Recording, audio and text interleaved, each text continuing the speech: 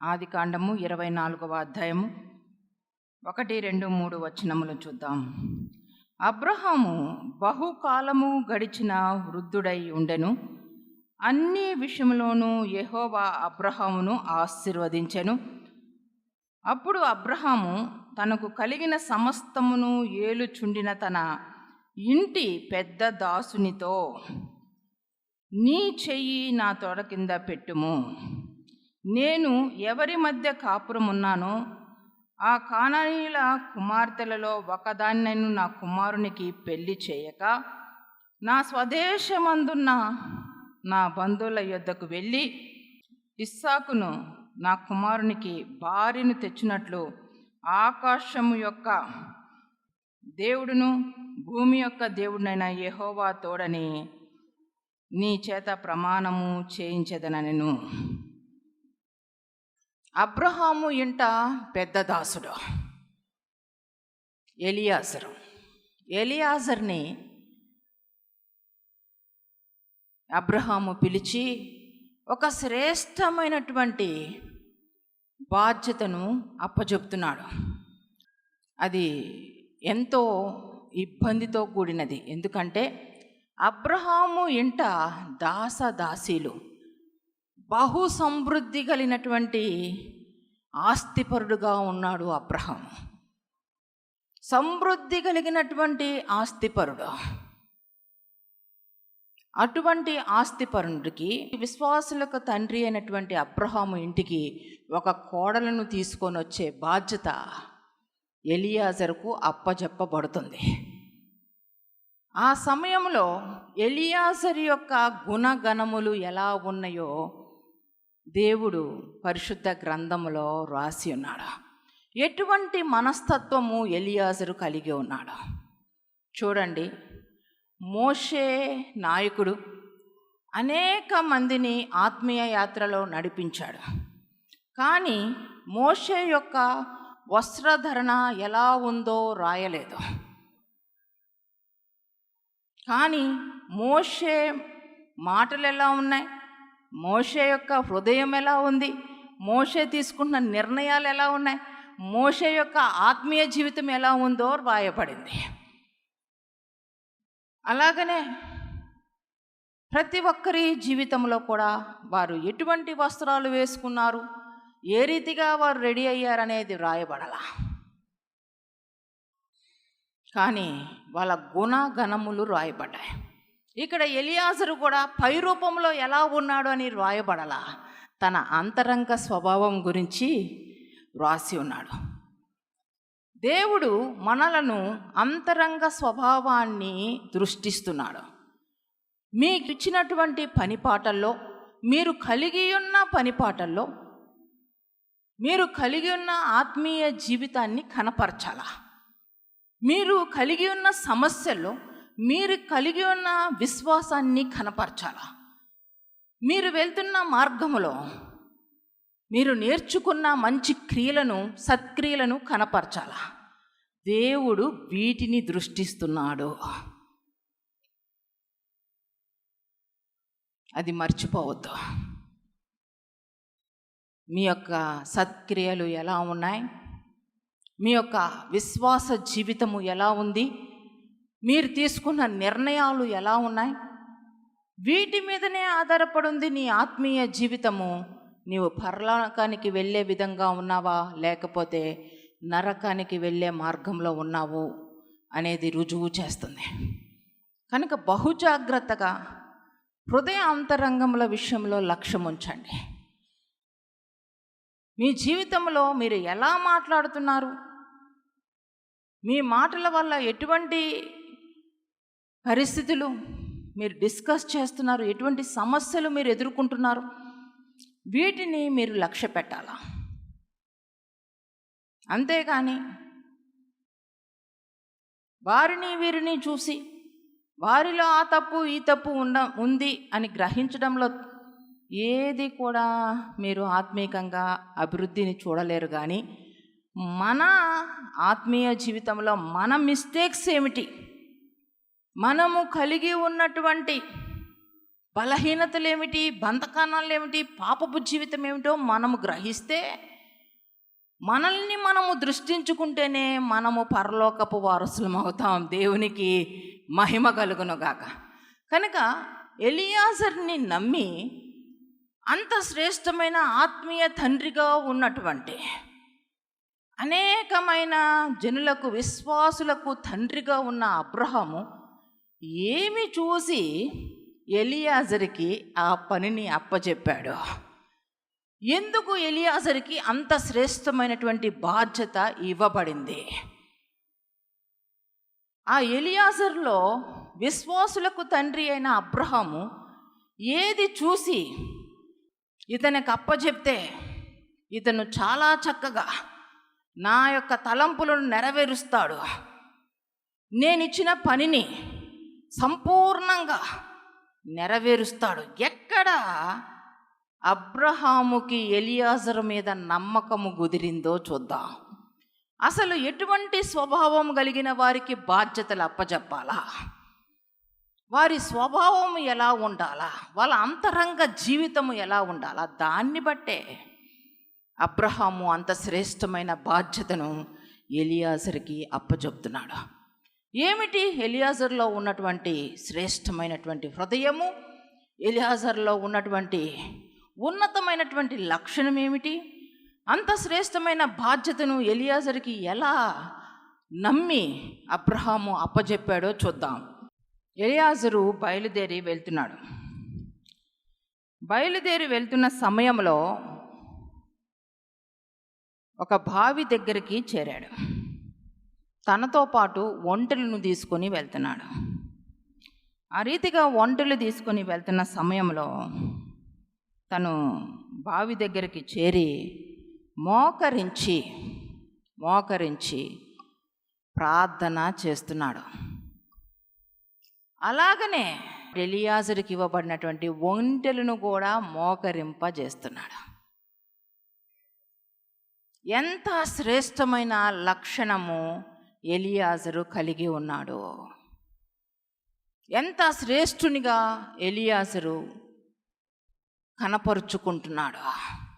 ఒక బాధ్యత స్వీకరించడము కాదు, యజమానికి చెడ్డ పేరు రాకుండా, అబ్రహాముకి నష్టము కలగకుండా, అబ్రహాము ఏ రోజు తల వంచుకోకుండా, అబ్రహాము ఇల్లు ఆశీర్వదించబడాలి, దీవించబడాలని తను తండ్రి అయిన దేవునికి ప్రార్థన చేస్తున్నాడు. ఈరోజు చాలామందికి దేవుడు అనేక పనులను అప్పచెప్పి ఉన్నాడు. ఏ లెక్కతో మీరు ఆ పరిచర్యలను చేస్తున్నారు? ఏ లెక్కతో మీరు విశ్వాస జీవితాన్ని కొనసాగిస్తున్నారు? మీరు సర్వలోకానికి వెళ్ళండి, సర్వ సృష్టికి సువార్తను ప్రకటించి నాకు శిష్యులుగా చేయండి. అది మనం చేయాలంటే మనం ఎవరము కావాలా? ఎలియాజరు ఈరోజు ఒక శ్రేష్టమైన మెసేజ్ని మనకి తెలియజేస్తున్నాడు. నిన్ను నమ్మి దేవుడు పని అప్పచెప్పాడా? నిన్ను నమ్మి ఈ లోకంలో నీకు బాధ్యత అప్పచెప్పాడా? నీకు ఒక కుటుంబ బాధ్యత ఉంది. కుటుంబాన్ని ఏలే వ్యక్తిగా నువ్వు ఉన్నావు. ఆ కుటుంబాన్ని దేవుని యొక్క పద్ధతిలో పెంచాలంటే నీకు కావలసింది ఏమిటి? ఏ యొక్క ఆయుధము కలిగి నువ్వు దేవుడిచ్చినటువంటి కుటుంబంలో దేవునికి మహిమకరంగా జీవిస్తావు, దేవునికి ఘనంగా జీవిస్తావు? అలాగనే నీకు అనేక బాధ్యతలు ఇవ్వబడ్డాయి. నువ్వు ఒక కంపెనీలో ప్రథమ వ్యక్తిగా ఉండొచ్చు, గ్రూప్ లీడర్గా ఉండొచ్చు, అనేక బాధ్యతలను స్వీకరించవచ్చు, అనేకమైనటువంటి శ్రేష్టమైనటువంటి పనులను చేసే వ్యక్తిగా ఉండుండొచ్చు. రకరకాల పనులు, మందిరంలో చేసే పనుల విషయంలో కానీ, వ్యక్తిగతంగా నీ జీవితంలో లోకములో నువ్వు కలిగి ఉన్నటువంటి పనిపాట్ల విషయంలో కానీ, ఎటువంటి జీవిత విధానము కలిగి నీవు పనులను చేస్తున్నావు? ఎటువంటి జీవిత విధానము నీలో ఉంది? అది నువ్వు గుర్తించాలా. ఎవరిని బట్టి నువ్వు పని చేస్తున్నావు? ఉద్యోగాన్ని ఎవరిని బట్టి చేస్తున్నావు? క్రీస్తును నమ్మిన ప్రతి ఒక్కరూ ప్రతి దగ్గర క్రీస్తు మాటల ప్రకారము జీవించేవారిగా ఉండాలా. దేవునికి మహిమ కలుగునుగాక. చాలామంది అనుకుంటారు పరిచర్య అంటే మందిరములో చేసేదే పరిచర్య అనుకుంటారు. కానీ పరిశుద్ధాత్మదేవుడు బయలుపరిచిన విషయం ఏమిటంటే, నీవు దేవుని మాట ప్రకారము నీవు ఈ లోకములో ఎక్కడ జీవించినా అక్కడ నీవు పరిచర్య చేస్తూనే ఉన్నావు. దేవునికి మహిమ కలుగునుగాక. నీ కంపెనీలో, నీ ఆఫీస్లో, నువ్వు బిజినెస్ చేసే దగ్గర, ప్రతి స్థలములో నీవు దేవుని వాక్య ప్రకారము జీవిస్తూ ఉంటే, దేవుని మాట ప్రకారము జీవిస్తుంటే, ప్రతి స్థలములో ప్రతి దగ్గర నీవు దేవుని పరిచర్య చేస్తున్నావు. మాట ప్రకారము జీవించడమే క్రీస్తుకు పరిచర్య చేయడం. సమస్త మహిమ ఘనత ప్రభావములు యేసయ్యకి చెల్లునుగాక. మందిరములో దేవుని మాట ప్రకారము జీవించి సోమవారం నుంచి శనివారం దాకా సైతాను మాటల ప్రకారం జీవిస్తావా? అది నీకు తగునా? ఆ రీతిగా సోమవారం నుంచి శనివారం దాకా సైతాన్ని సంతోషపెట్టే నీ జీవితము పరలోకానికి చేరుతుందా? ఒక్కసారి ఆలోచించండి. మీరు ఎప్పుడు ఎక్కడ ఉన్నా దేవుని అందలి భయము భక్తి కలిగి అన్ని విషయాల్లో ప్రభువుని దృష్టిస్తూ ముందుకు సాగేవారిగా ఉండాలా. దేవుని మహిమార్థమై వివాహమైన కాడ నుంచి కూడా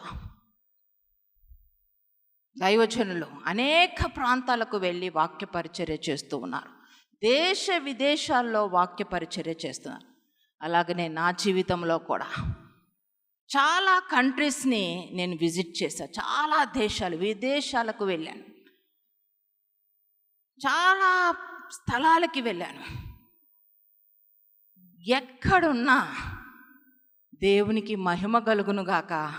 దేవుని భయము మాత్రం నన్ను ఆవరించే ఉంటుంది. దేవునికి మహిమ కలుగునుగాక. నేను ప్రయాణం చేస్తున్నప్పుడు ఫ్లైట్లో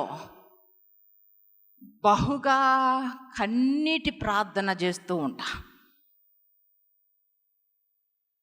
కొన్నిసార్లు ఆ సీట్ కిందనే మోకరించి 2 చేతులు జోడించి కన్నీటి ప్రార్థన చేస్తా. ఆకాశంలో ప్రార్థన చేయడం నాకు ఇష్టం. భూమి మీద చెయ్యాలి, ఆకాశంలోకి వెళ్ళినా ప్రార్థన చెయ్యాలి. అక్కడ నాకెంతో హృదయంలో భారం వస్తుంది, ఆత్మలో భారం వస్తుంది. అలాంటి సమయంలో నేను కన్నీటితో ప్రార్థన చేస్తా. కొన్నిసార్లు ఆ రీతిగా మోకరించినప్పుడు చాలా అక్కడ ఎయిర్ హోస్టెస్ వాళ్ళు వచ్చి అడుగుతుంటారు, ఏమైంది వాళ్ళకి అర్థం కాదు కొన్నిసార్లు. అలాంటప్పుడు మళ్ళీ సీట్లో కూర్చుంటా, మళ్ళా ఏడుస్తా, ఎక్కెక్కి ఏడుస్తూ ప్రార్థన చేస్తూ ఉంటా. దేని గురించో తెలుసా? ఆ ఫ్లైట్లో కూర్చుంటే అటు ఇటు మనుషులను చూస్తే వారి ముందున్నటువంటి స్క్రీన్స్ మీద వారు చూస్తున్నవైతేనేంటి, వారి ప్రవర్తన అయితేనేంటి, వారి జీవిత విధానం అయితేనేంటి, వారిని చూస్తుంటే నా హృదయం అంతా, నా ఆత్మలో నేను బహుగా వేదన పడతా. ప్రభువా, ఈ క్షణము నీ రాకడ సమయం వస్తే వీరు నశించిపోతారు కదా, వీరు నరకానికి వెళ్తారు కదని ఆ ఫ్లైట్లో ఉన్న వారందరి రక్షణ కొరకు కన్నీటి ప్రార్థన చేస్తా. దేవునికి మహిమ కలుగునుగాక. అలాగనే ఏ దేశంలోనికి నేను అడుగుపెట్టినా ఒకరోజు నాకు తెలియకుండానే దేవుడు సమయాన్ని ఇస్తాడు. దైవజనులు చెప్తారు, ఈరోజు నువ్వు హోటల్లో ఉండాలా, ఆఫ్టర్నూన్ దాకా నువ్వు హోటల్లో ఉంటావు, లేకపోతే ఈవినింగ్ దాకా నువ్వు హోటల్లో ఉండు. నేను ఒక ఇంపార్టెంట్ పని, ఒక మెసేజ్ ఇచ్చేసి వస్తా, ఒకరితో మీటింగ్ ఉంది అని చెప్పి నాకు దేవుడు ఒక సమయాన్ని ఇస్తాడు. ఆ రీతిగా ఎక్కడికి వెళ్ళినా నేను ఆ దేశము గురించి రోదన చేస్తూ ప్రార్థన చేస్తా. దేవునికి మహిమ కలుగునుగాక. బహుగా ఆ దేశంలో ఉన్న పరిస్థితి గురించి పరిశుద్ధాత్మ దేవుడు నాతో మాట్లాడతాడు. ఆ దేశంలో ఉన్నటువంటి పరిస్థితులు ఎలా ఉన్నాయి, ఆ దేశానికి ఎటువంటి నాశనము రాబోతుంది, ఆ ప్రాంతానికి ఎలా నాశనం రాబోతుంది, ఆ ప్రాంత ప్రజల్లో ఉన్నటువంటి బలహీనతలు, పాపపు జీవితం బయలుపరుస్తాడు దేవుడు. అప్పుడు ఎలుగెత్తి ప్రార్థన చేస్తా, ప్రభువా నీ ప్రవర్తనను ఈ దేశం నాకు తీసుకురాయ్యా, నీ ప్రవర్తనలు ఈ దేశంలో నుంచి లేవాలి ప్రభువా, అభిషేకించు నాయన, ఈ దేశాన్ని తలగ్రిందులు చేసేవారు రావాలయ్యా అని ప్రార్థన చేస్తా. ప్రార్థనే మన ఆయుధం, మర్చిపోబాకండి. ప్రార్థనే మన ఆయుధం.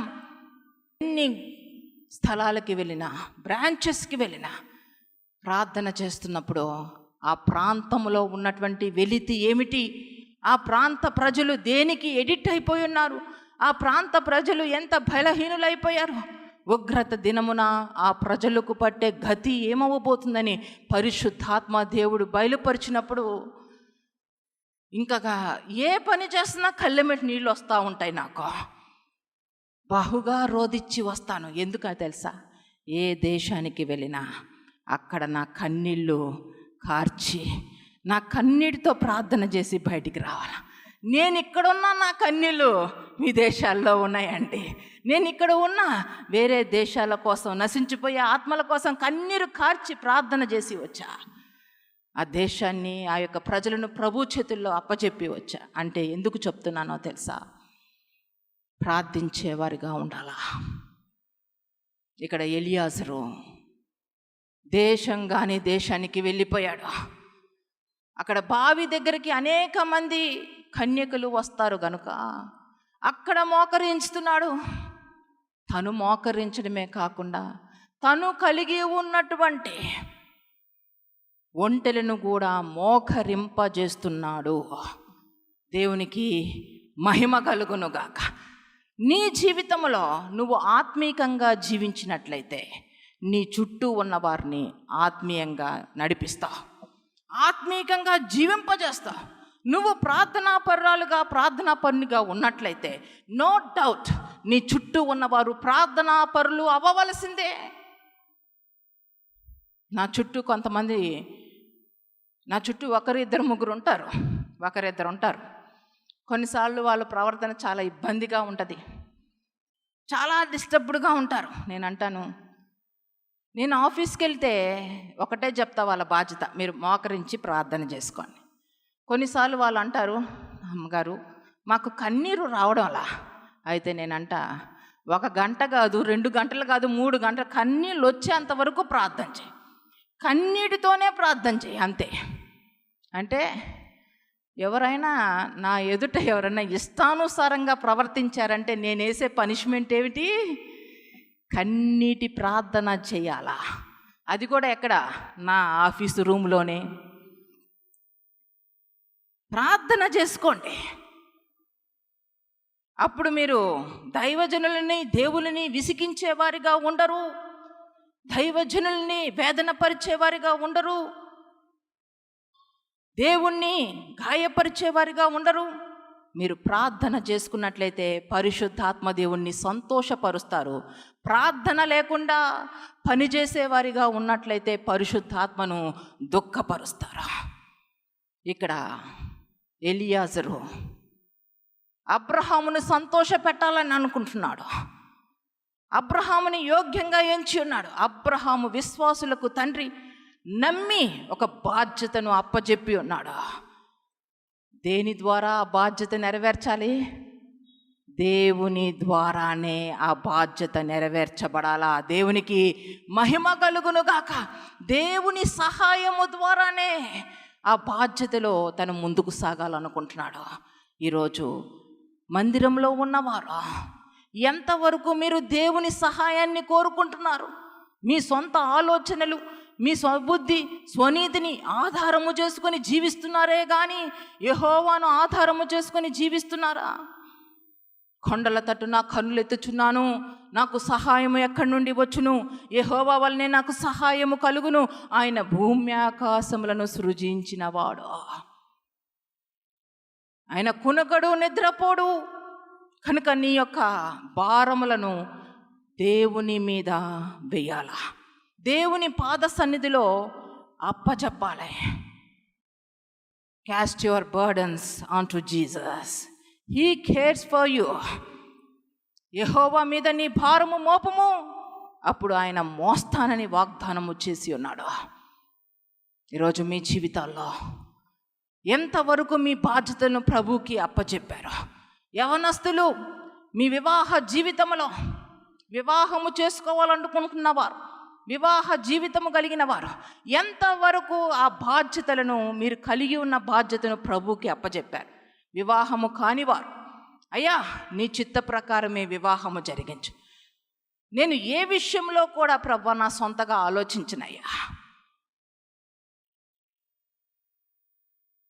ఏ విషయంలో కూడా నా సొంతగా ఆలోచించను. ప్రభువా ఇదిగో నేను సంతకం పెట్టి ఒట్టి పేపర్ని నీకు ఇస్తున్నానయ్యా, ఖాళీ పేపర్ని నీకు ఇస్తానేసయ్యా, నీవే నా జీవితాన్ని రాసి పెట్టు నాయన, నీవే నీ చిత్త ప్రకారము నా జీవితాన్ని రాయి ప్రభు అనేవారుగా ఉన్నారు. మీ జీవితం యొక్క భారమును దేవునికి అప్పచెప్పాలా? మీ వివాహ భారమును యేసయ్యకి అప్పచెప్పాలి, మీ కుటుంబ భారము యేసయ్యకి అప్పచెప్పాలి. యెహోవా మీద నీ భారమును మోపాలా. కానీ ఈరోజు చాలామందికి సతమతం అయిపోతున్నారు. అన్ని భారాలు మీ నెత్తి మీదనే ఉన్నాయి, ఇంకా ప్రభువుతో అవసరమేముంది? మీరే మోసుకుంటూ వెళ్తున్నారు. ఒక బామ్మ ఉందంట, ఆ బామ్మ నెత్తి మీద ఒక పెద్ద మూట పెట్టుకొని వెళ్తూ ఉందంట. మొయ్యలేని ఒక మూటను పెట్టుకొని మొయ్యలేక నడుస్తూ ఉంటే అటుగా వెళ్తున్న ఒక యవనస్తుడు కారులో వెళ్తున్నాడు. ఆ కారులో వెళ్తున్నటువంటి యవనస్తుడు ఈ ముసలవ్వను చూశాడు, ఈ బామ్మను చూశాడు. అయ్యో, ఆమె ఆ బామ్మ మొయ్యలేని భారాన్ని మోస్తుంది, మొయ్యలేకపోతుంది అని చెప్పి ఆ కారు ఆపి, బామ్మా కారులో కూర్చో, నువ్వు ఎక్కడ దిగాలో అక్కడ నేను దింపుతా అని చెప్పి ఆ బామ్మకి చెప్పాడు. వెంటనే ఆ బామ్మగారు కారులో ఎక్కి కూర్చున్నారు. కారులో కూర్చున్న తర్వాత మాట్లాడుతున్నాడు. ఎక్కడికి వెళ్తున్నావు బామ్మ అని ఆ ముసలమ్మతో అడుగుతున్నాడు. అయ్యా ఇక్కడే, ఇంకా దిగిపోతాను అంటే వెనుకకు తిరిగి చూశాడంట ఆ బామ్మనే. చూస్తే ఆమె చాలా సిన్సియర్గా ఆ తల మీద ఉన్న మూటను గట్టిగా పట్టుకొని కూర్చుందంట.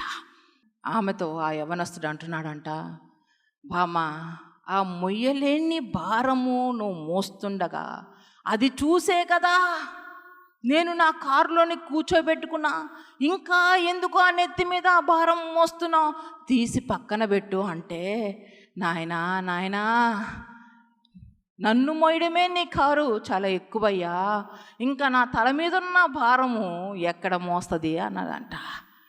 ఈరోజు చాలామంది ప్రభు దగ్గరికి వచ్చిన వాళ్ళు ఇటువంటి అవివేకులుగా ఉన్నారు.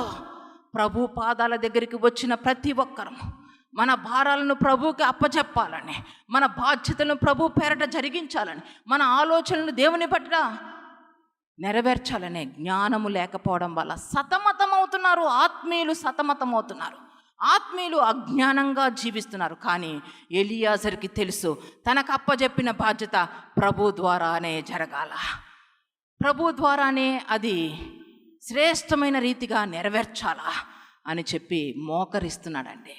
మోకరించి పరలోకమందున్న తండ్రికి మొర్ర పెడుతున్నాడు. ఈరోజు మీకు అర్థమైందా? ఎలియాజరు నేర్పిస్తున్న పాఠము మనందరము నేర్చుకోవాలా. ప్రార్థన చేయాలి, ప్రతి విషయంలో ప్రార్థన చేయాలి.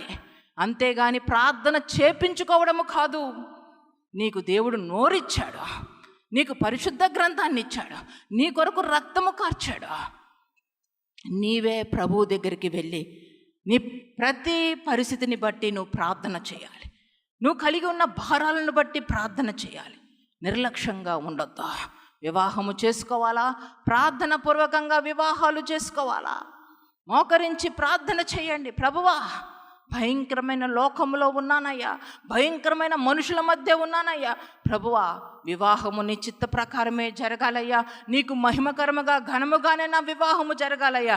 ఇదిగో ప్రభా, నాకంటూ ఏ ఆలోచనలు లేవేసయ్యా, నీ ఆలోచనే నా జీవితంలో నెరవేర్చు ప్రభా. దేవునికి మహిమ కలుగును గాక. నీ ఆలోచనే నా జీవితంలో జరిగించయ్యా. ఆ రీతిగా మీరు ప్రార్థన చేయాలా. ఎలియాజరు ఏమని ప్రార్థన చేస్తున్నాడో తెలుసా?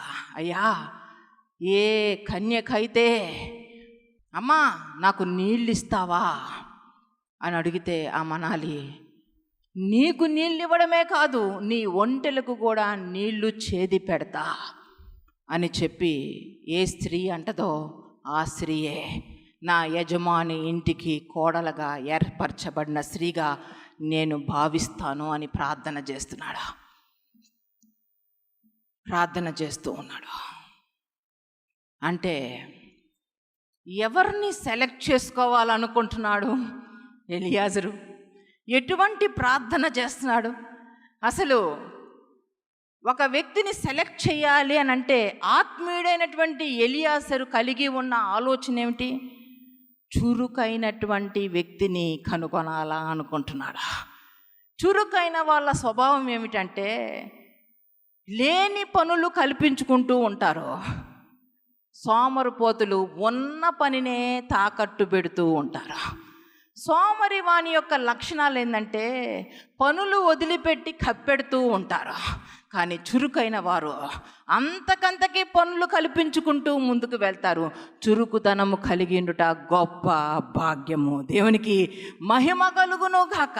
ఈరోజు యవనస్తుల్ని చూస్తున్నట్లయితే ఆల్మోస్ట్ అందరూ బద్ధకస్తులు, సోమరిపోతులు. ఎక్కడి నుంచి వచ్చింది ఈ సోమరితనం అంటే?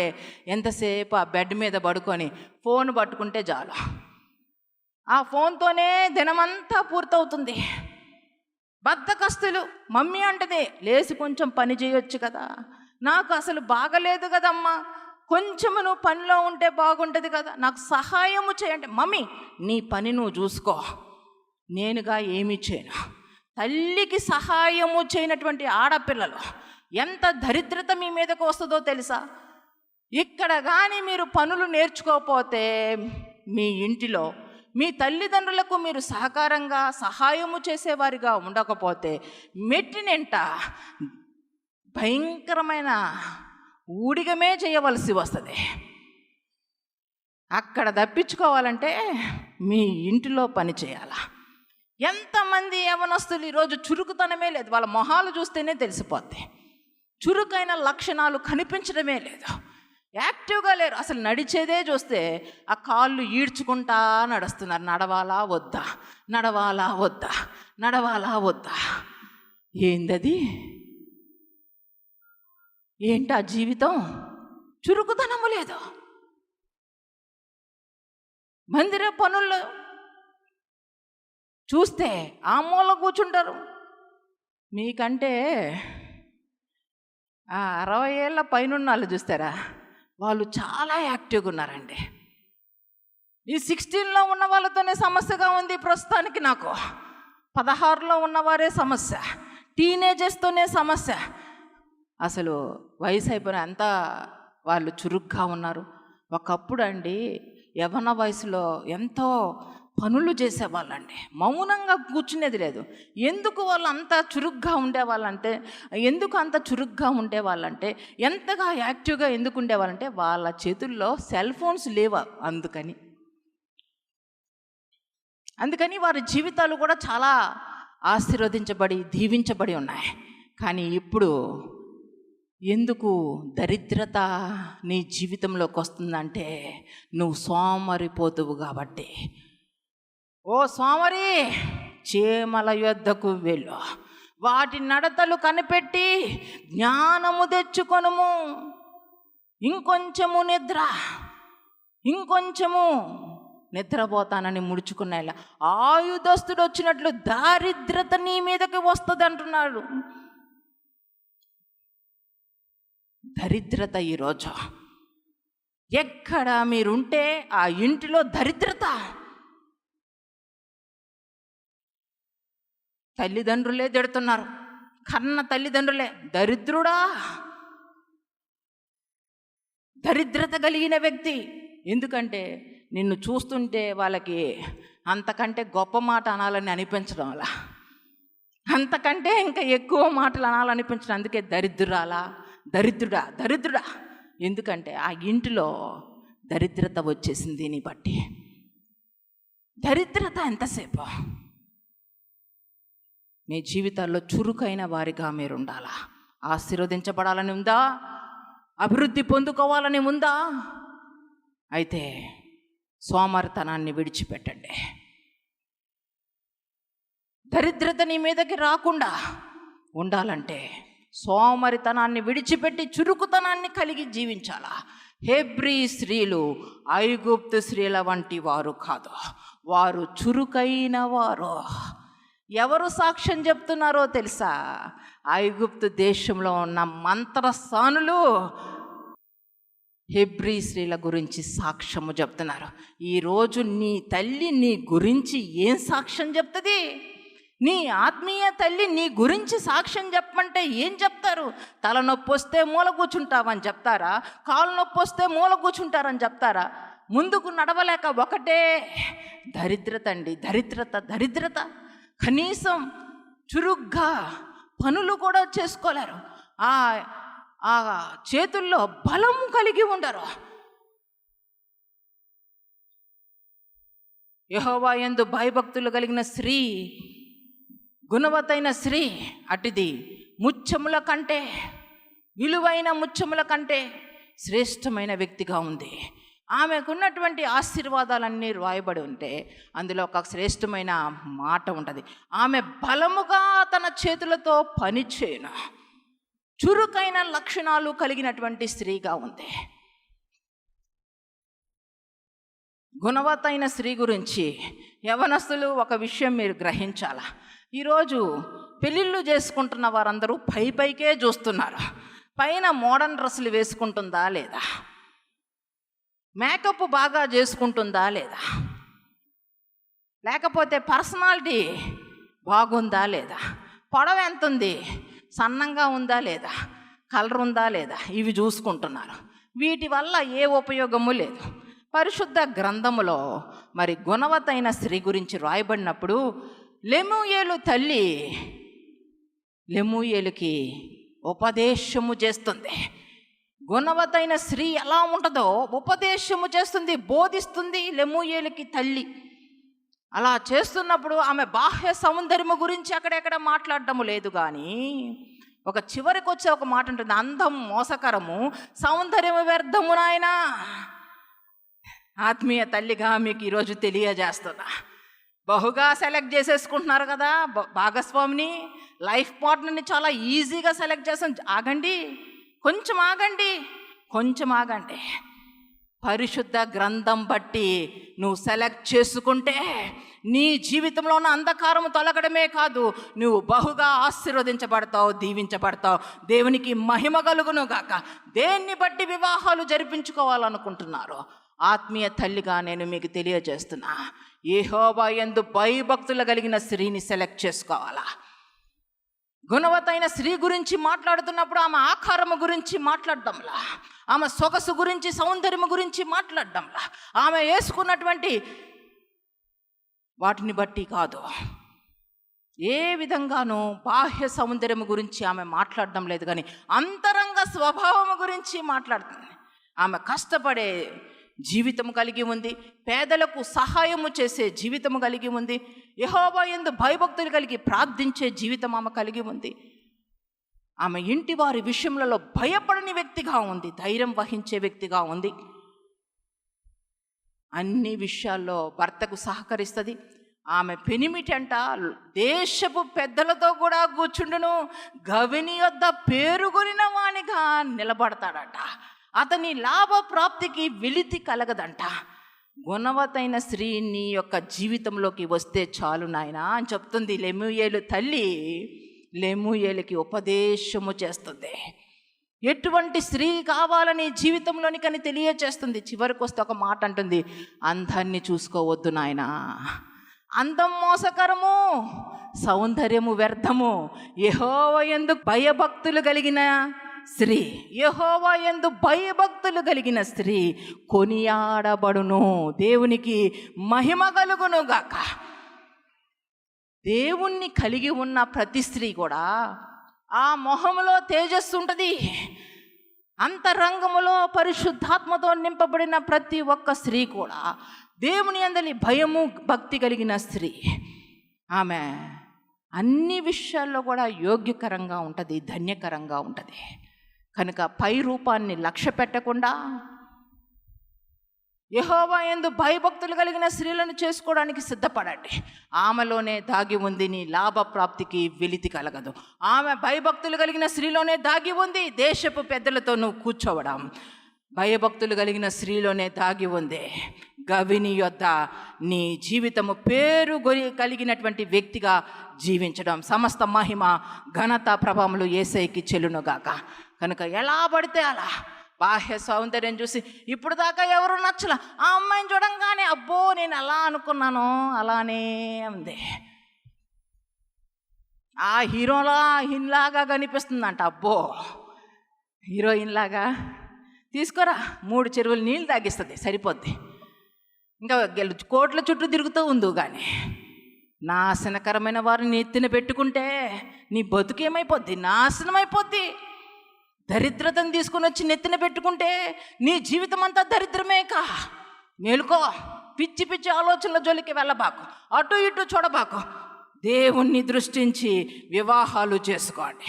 అలాగనే యవనస్తులైనటువంటి ఆడపిల్లలు మీ భర్తల్ని చేసుకున్నప్పుడు యెహోవా యందు భయభక్తులు కలిగినటువంటి వ్యక్తిని చూసుకోవాలా.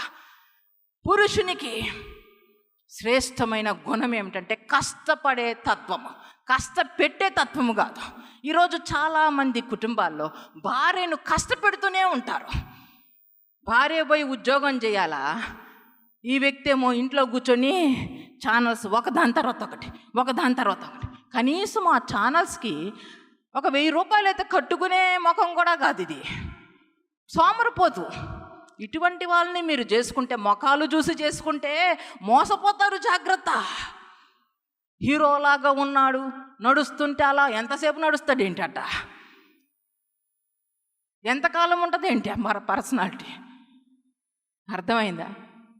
అది కాదండి మీరు చూసుకోవాల్సింది. పురుషునికి ఉన్నటువంటి శ్రేష్టమైన లక్షణం ఏంటంటే కష్టపడే తత్వము.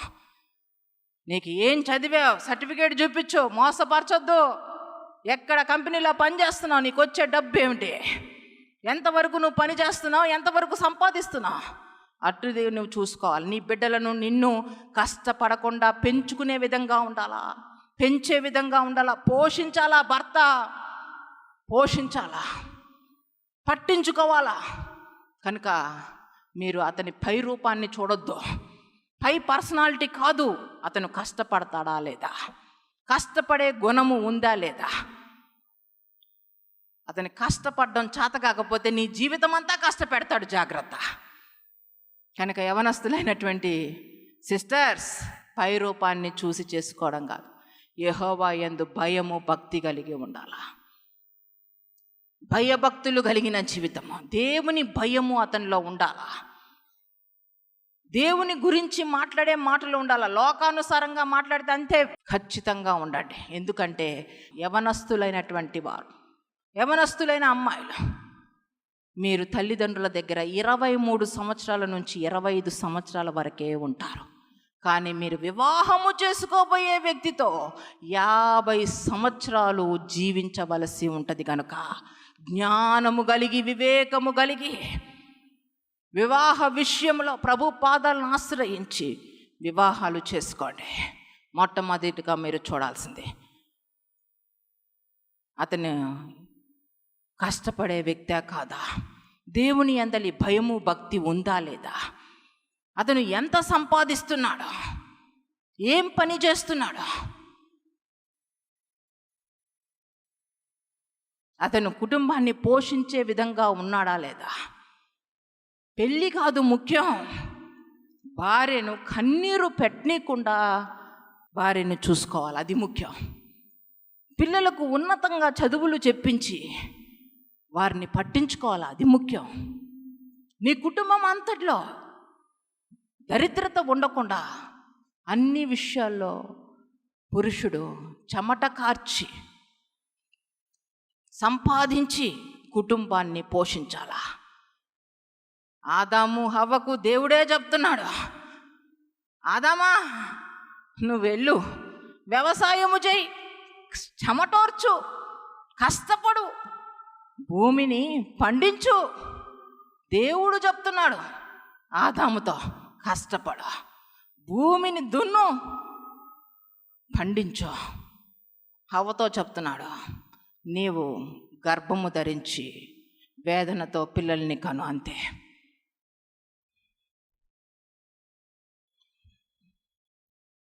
చాలా జాగ్రత్త. దేవుని ఉద్దేశంలో పురుషుడు కష్టజీవిగా ఉండాల. బహుగా వారు సంపాదించి భార్యను బిడ్డలను పోషించే విధంగా ఉండాలి. తల్లిదండ్రులు వివాహము చేసేటప్పుడు పెళ్లి చూపుల్లో కూర్చున్నప్పుడు మీరు బొమ్మలకు కాదు పెళ్లి చేస్తుంది, 2 జీవితాలకు పెళ్లి చేస్తున్నారని ఎరిగి జ్ఞానము కలిగి వివేకము కలిగి వివాహాలు జరిపించండి. అవివేకంగా ప్రవర్తించవద్దు. మీకు కావాల్సింది క్యాస్ట్ కాదు, మీకు కావాల్సింది కలరు కాదు, మీకు కావాల్సింది క్యాష్ కాదు. 2 జీవితాలు జీవితాంతము దేవుణ్ణి మహిమపరచాలి, ఘనపరిచే విధంగా ఉండాలనే ఉద్దేశంతోనే పెళ్లి సంబంధాలను కుదుర్చుకుంటే మంచిది, దేవునికి మహిమ కలుగును గాక. ఆ రీతిగా ఎలియాజరు చురుకైన స్త్రీని ఎన్నుకుంటున్నాడు. ఆ రీతిగా చురుకైన స్త్రీని చూసినప్పుడు, ఆ రీతిగా చూస్తున్నప్పుడు ఒక స్త్రీ రానే వచ్చింది కడవ పట్టుకొని, రెబికా వచ్చినప్పుడు అడుగుతున్నాడు, అమ్మా నాకు కొంచెం దాహానికి నీళ్లు పోస్తావా? వెంటనే రెబికా అంటుంది, నీకు మాత్రమే కాదు నీ ఒంటెలకు కూడా నేను నీళ్లను చేది పోస్తాను. పని కల్పించుకుంటుంది. చురుకైన లక్షణము రెబికా జీవితాన్ని ఉన్న స్థితి నుంచి ఉన్నత స్థితికి తీసుకుని వెళ్ళింది. దేవునికి మహిమ కలుగును గాక. తనకి చురుకైనటువంటి వ్యక్తి పనులను కల్పించుకుంటుంది. ఒంటెలకు ఒక ట్యాంకే ఉంటుందండి, నీళ్లు పోస్తూ ఉంటే అది ఆ నీళ్లను భద్రపరుచుకుంటుంది. దానికి చేది పోయడం అంటే మామూలు విషయం కాదు.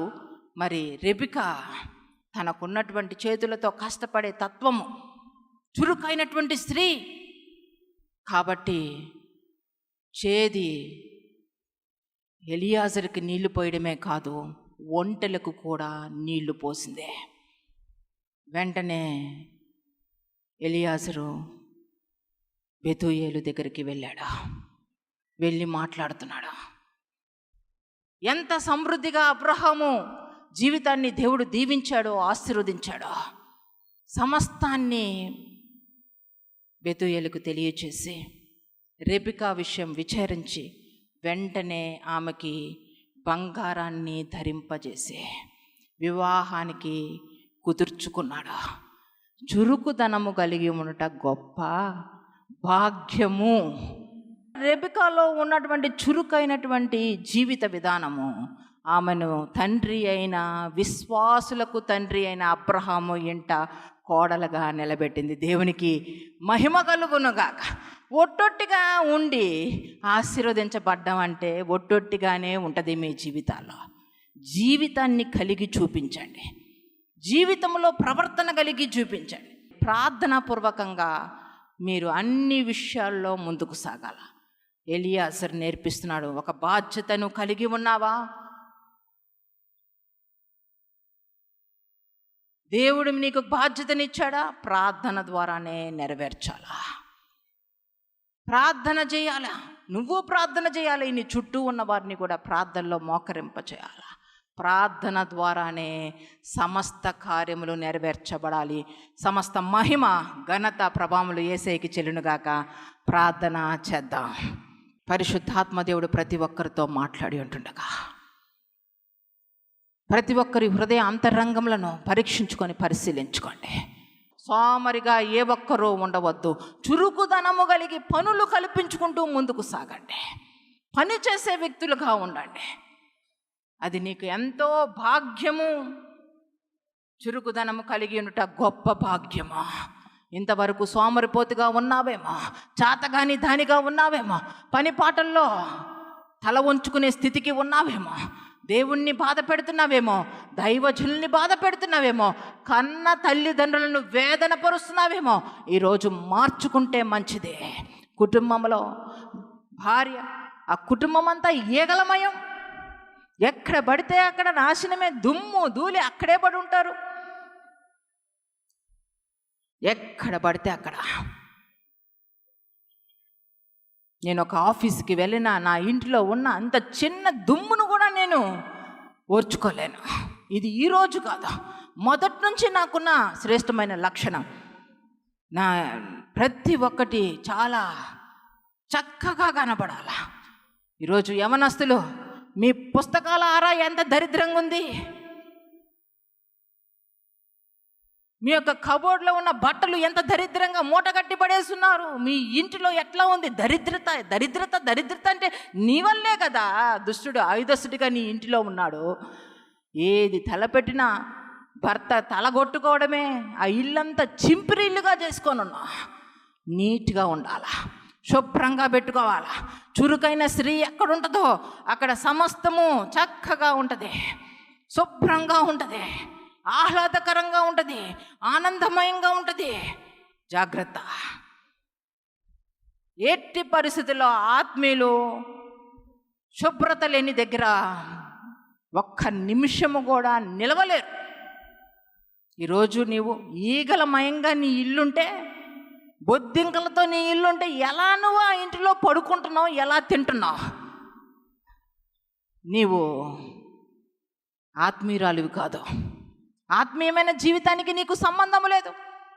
పరమ తండ్రి అంటున్నాడు, రేపటి దినాన నేను పాలెమును దర్శిస్తున్నాను కనుక మిమ్మల్ని మీరు పాలెములను పరిశుద్ధపరుచుకోండి. అంటే దేవుడు ఒక దగ్గర దర్శించాలంటే పరిశుద్ధతను కోరుకుంటాడు. ఒక హృదయాన్ని దర్శించాలంటే పరిశుద్ధతను కోరుకుంటాడు. ఒక స్థలాన్ని దర్శించాలంటే పరిశుద్ధతను కోరుకుంటాడు. పరిశుద్ధమైన జీవితము నీలో ఉందా? ప్రతి విషయంలో ప్రార్థన చేసే వ్యక్తిగా నువ్వు ఉన్నావా? సోమరితనం దరిద్రతను తీసుకొస్తుంది. జాగ్రత్త. చురుకైన జీవితము నిన్ను ఆస్తికర్తలుగా మారుస్తుంది. ప్రతి ఒక్కరూ నడుము కట్టుకొని బలముగా పనిచేసేవారిగా ఉండాలా. మీరు ఎంతగా చురుకుదనము కలిగి ఉంటే అంతగా మీరు ఆశీర్వదించబడతారు. రెబెకా ఎంత చురుకుదనము కనపరిచిందో అంత ఉన్నతమైన స్థితిలో ఆశీర్వదించబడింది, దీవించబడింది. ఒకేసారి బావిలో నీళ్లు చేదిందండి. ఇంకా తన జీవితంలో తన చుట్టూ దాసదాసీలు ఉన్నారు. ఆమెకి ఇంకా బావిలో నీళ్లు చేస్తే పనే లేదు. చూడండి ఎంత శ్రేష్టమైన జీవితాన్ని రెబెకాకి దేవుడిచ్చాడు. యవనస్తులు, మీరు శ్రేష్టముగా వివాహాలు జరిపించుకోవాలా. గుణవతైన స్త్రీ మీ జీవితంలోనికి రావాలి, కానీ పై రూపాన్ని, పై అందాన్ని బట్టి కాదు. యెహోవా యందు భయభక్తులు కలిగి జీవించే వ్యక్తి, ప్రార్థనాపరురాలు, కష్టపడి పనిచేసే వ్యక్తి, చురుకైన లక్షణము కలిగిన వ్యక్తి, బీదలకు సహాయము చేసే వ్యక్తి, తన కుటుంబాన్ని రక్షించుకునగలిగే సమర్థత కలిగిన వ్యక్తులను మీరు వివాహము చేసుకోవాలా. చురుకైన వ్యక్తులు మీ కుటుంబానికి వస్తే అది మహాభాగ్యము, గొప్ప భాగ్యము. కనుక అది ఆశీర్వాదము, దీవెన. ఈరోజు మంచి తీర్మానాలు తీసుకోండి. శ్రేష్టమైన విషయాలను దేవుడు మీకు తెలియచేసి ఉన్నాడు. పరిశుద్ధాత్మ దేవుడు మీకే తెలియచేసి ఉన్నాడు. మీరు జ్ఞానము కలిగి, ప్రభువా నీ వైపు చేతులెత్తుతున్నామయ్యా,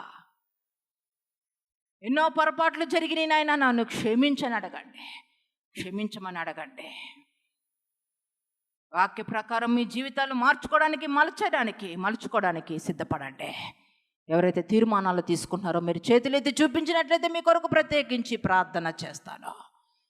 సర్వశక్తిమంతుడా, సర్వాధికారి, సర్వకృపానిదైన దేవ, మీకు వందనములు, స్తుతులు, స్తోత్రములు చెల్లిస్తున్నాం. అల్ఫాయో మేఘా, మీకు వందనములు, స్తోత్రములు. ఆయన ప్రియబిడ్డల్ని మీరు దర్శించండి. ప్రతి అంధకార శక్తులు, దురాత్మ శక్తుల ప్రభావాలు, చేతబడి శక్తుల ప్రభావాలు యేసునామముల అగ్నితో కాల్చివేయండి అయ్యా. సోమరి దెయ్యమును యేసునామముల అగ్నితో కాల్చివేసి సంపూర్ణ విడుదలను అనుగ్రహించండి. పరిశుద్ధాత్ముడా, నీకు వందనములు. ఒక్కొక్కరిని మీరు దర్శించి వీరి జీవితాల్లో అసాధ్యాలను సాధ్యపరచండి నాయన.